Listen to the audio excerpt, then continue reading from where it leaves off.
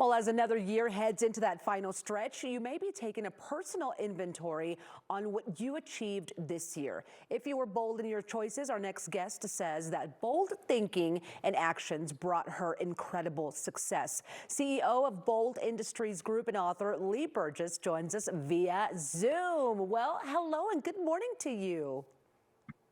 Hey there from New Hampshire. I heard you have some snow out there. We sure do. Well, share what it was that happened that made you say, Leigh, I need to change everything here. Yeah, so I had an incredible career in the corporate setting, was at Duke and at Dartmouth, incredible institutions, learned so much, but I had pushed myself so hard, got to the point in the middle of 2020 where I was just completely burnt out.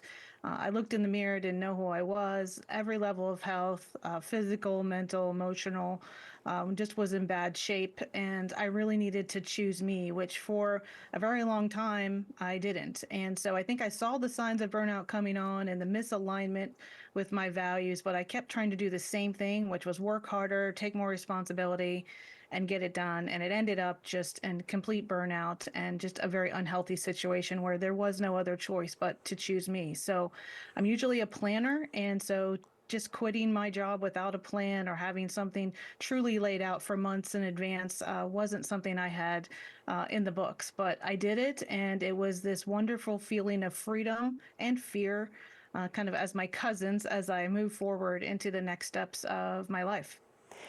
That is a very bold move you just talked about, but I love that you mentioned, hey, I felt freedom in all of that. And, you know, there are a lot of pundits out there who work to inspire others. How are you different? Right.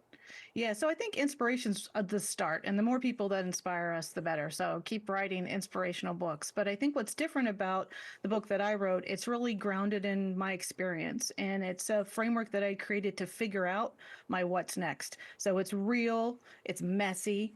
It's not perfect. And I think that's the key thing as you're trying to figure something out. You don't have to do something radical like I did. I hope you don't. I hope you start with small steps of being bold, which can just be creating the plan and stepping into who you are and seeing the possibility.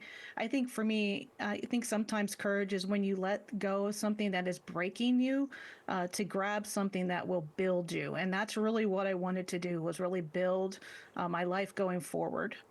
Oh, that is so motivating. Now, you do have a book that you kind of touched on. What can we learn from that book?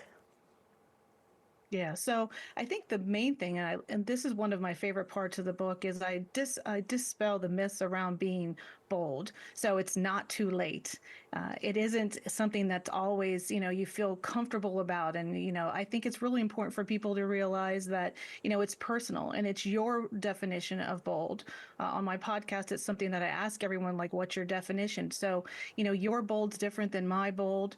I'm sure driving this morning on the freeway was feeling pretty bold. Like, just I think those types of things are just really important for people to realize when you go through the framework, which is believe, own, learn, design. You truly look at your beliefs, understand what you should own, apply your learnings, and design your life moving forward. And bold can be very quiet, on the quiet end of the continuum, meaning you're really just doing the work between your ears and starting to plan and talking to others and getting curious, to, the middle of the continuum where you're starting to take action, and some people are seeing it, and smaller groups. And then, the big radical, big bold, moves that you'll make on the other end. But it doesn't always have to be loud. So the book really talks through all of those pieces around the myths, as well as the pieces and parts of the framework. And when you're done, you actually end up with your own bold blueprint. And it's a great time of the year to really think about that as we go and, end of 24 into 25. Yeah, I love everything you're saying this morning. It's not about making big, bold, sudden moves, but start really warming it up in your head, and it's achievable. Now, I like that you work with your daughter. How has that relationship enriched your professional life and hers, really? Yeah, so it really was this incredible moment. Obviously, the middle of 2020 was a pretty tough on everyone. She had just graduated and was kind of starting her career. And I said, "Do you want to co-found this with me?" And away we went. I think it was really interesting. So she's 25 years younger than me.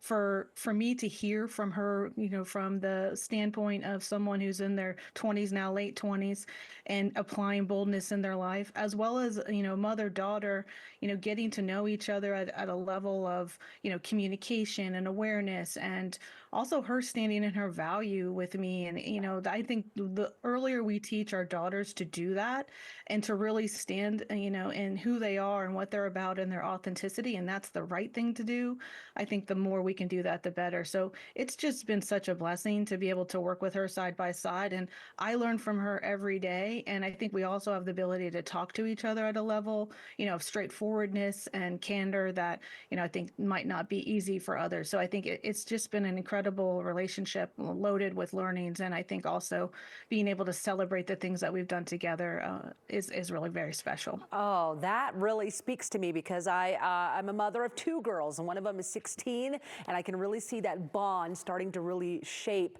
with myself and her. Now, what are three things, and here's the Nice. question of the hour, what are three things women watching today can do to start them on a bold path? Right. Number one, begin. Start messy. Don't think that it's someday. Let's make it today. So let's just do it. Like write it down, tell somebody, Google it, whatever you need to do to kind of just start. Number two, own it. Don't think that someone else is going to give you permission to grow or permission to, go to the next level or permission to get curious about something. Own that and take that agency in your life.